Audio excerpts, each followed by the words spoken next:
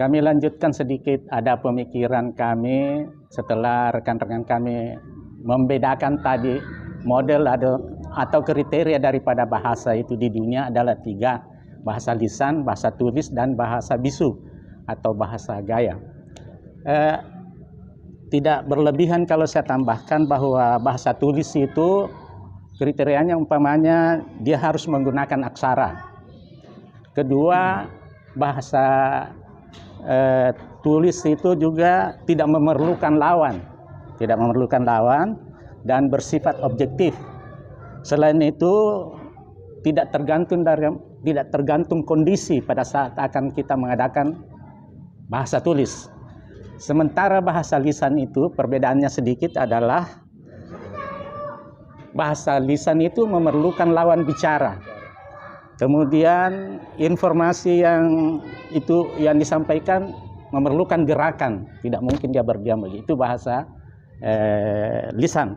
Bahasa baku, bahasa bisu atau bahasa isyarat yang pertama terjadi di dunia ini menurut sejarah, maaf kalau saya salah, adalah dari Nabi Zakaria. Pada waktu itu sudah sekian puluh tahun umurnya, berapa, 60 tahun barangkali, belum hamil-hamil istrinya. Nabi Zakaria bertanya, bagaimana caranya saya bisa mengetahui bahwa istriku hamil?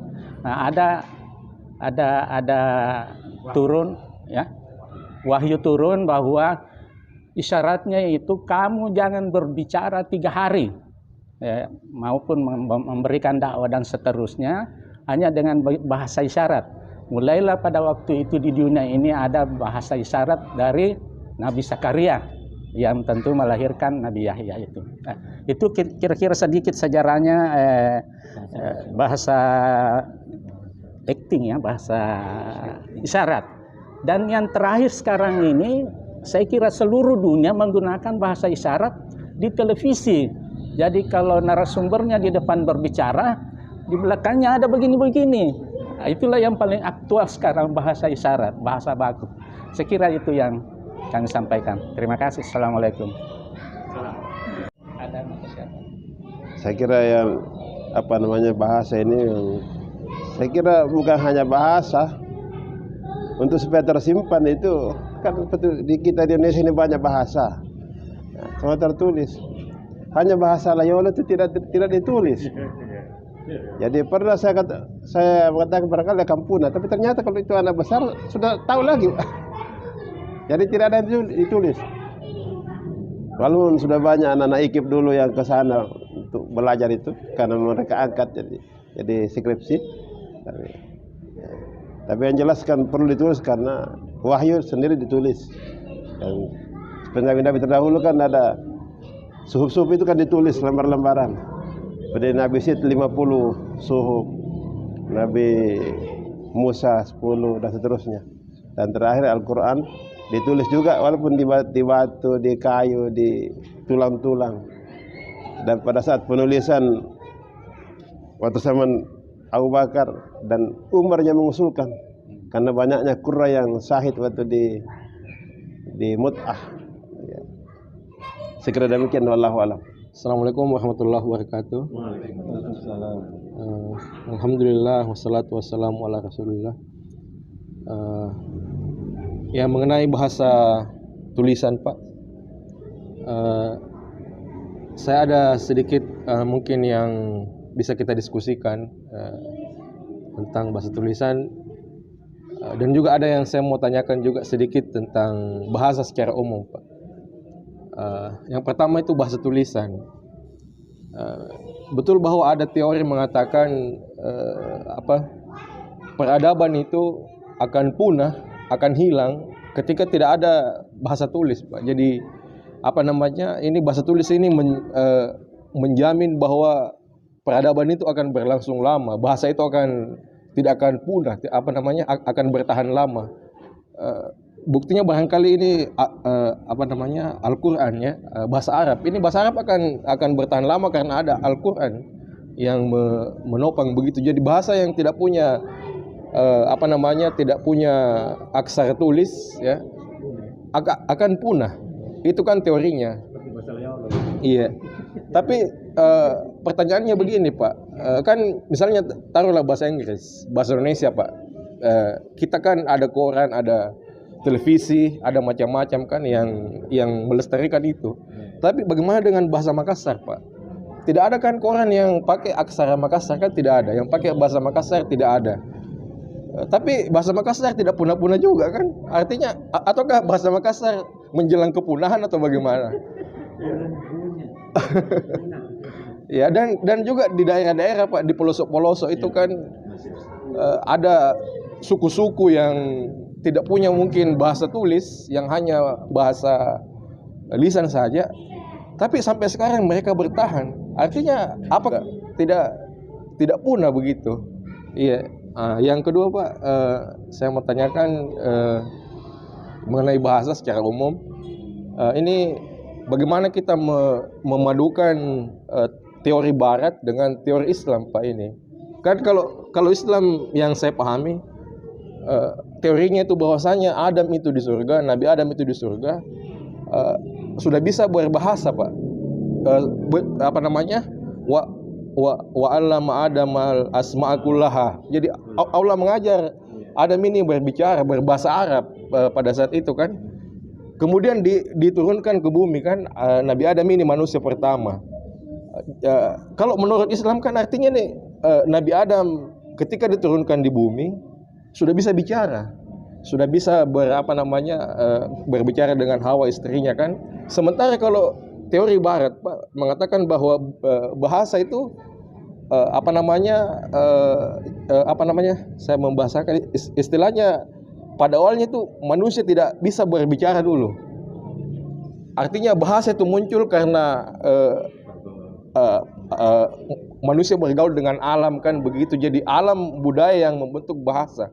Jadi bahasa itu ditentukan oleh lingkungan menurut teori Barat begitu. Jadi istilahnya kayak manusia purba itu tidak bisa bicara dulu.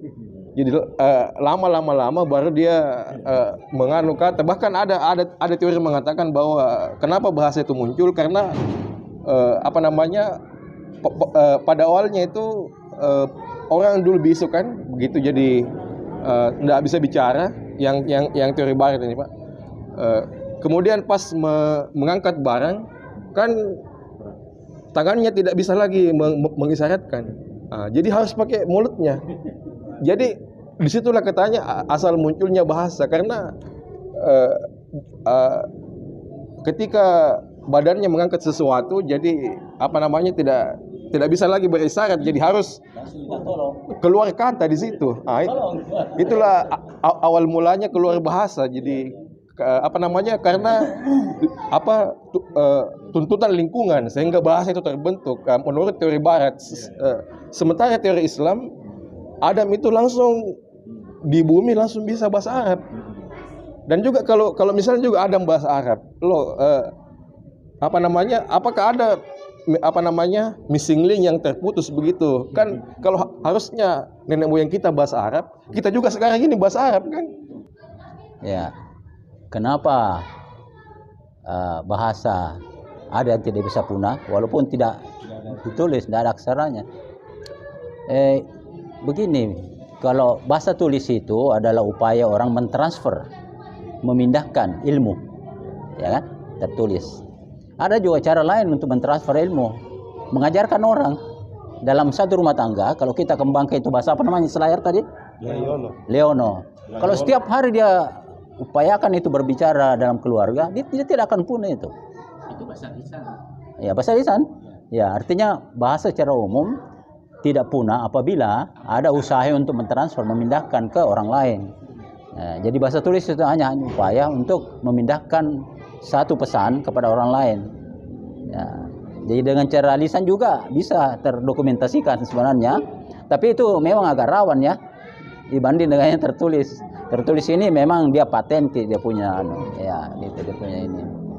Jadi bahasanya Pak Ali di Selayar ini yang bilang tadi itu tidak akan punah Pak kalau selama dipakai dalam keluarga, dalam masyarakat. Ya. Tetapi di Amerika sendiri itu sudah punah itu bahasa daerahnya kan. Tinggal bahasa Inggris. karena dia tidak kembangkan ya. Bahasa India nih Pak ya. Bahasa India. Bismillahirrahmanirrahim. Saya menyambung rekan Iqbal. Tadi kan khusus kita bicarakan bahasa Makassar, bahwa akan punah dan insya Allah sampai sekarang masih ada. Kenapa? Sebenarnya ada namanya aksara lontara. Aksara lontara itu adalah digunakan bahasa Makassar dan bahasa Bugis. Dan itulah mungkin salah satu sebabnya sehingga sampai sekarang ada dan tidak punah. Dan itu aksara lontara memang digunakan untuk bahasa Bugis dan bahasa Makassar. Itu satu. Kedua, tadi menyinggung, saya pernah membaca juga masalah bahasa ya. Pertama kali di dunia ini, kalau Barat itu kan ilmiahnya barangkali secara antropologinya manusia tercipta sehingga dia bisa barangkali dari monyet dan seterusnya. Tapi kalau dikaitkan dengan tauhid kita, yang saya tahu Allah memerintahkan kepada Nabi Adam untuk berbicara kepada manusia, dan menurut yang saya kenal ensiklopedianya itu adalah manusia yang pertama berbicara di dunia ini adalah Nabi Adam. Dan bahkan ada yang bertanya lagi, bahasa yang paling indah di dunia katanya Nabi Adam, bahasa Arab. Itu menurut ensiklopedia. Tentu ada penelitian. Bahasa yang paling indah di dunia adalah bahasa Arab. Sekedar saya tambahkan. Terima kasih. Assalamualaikum.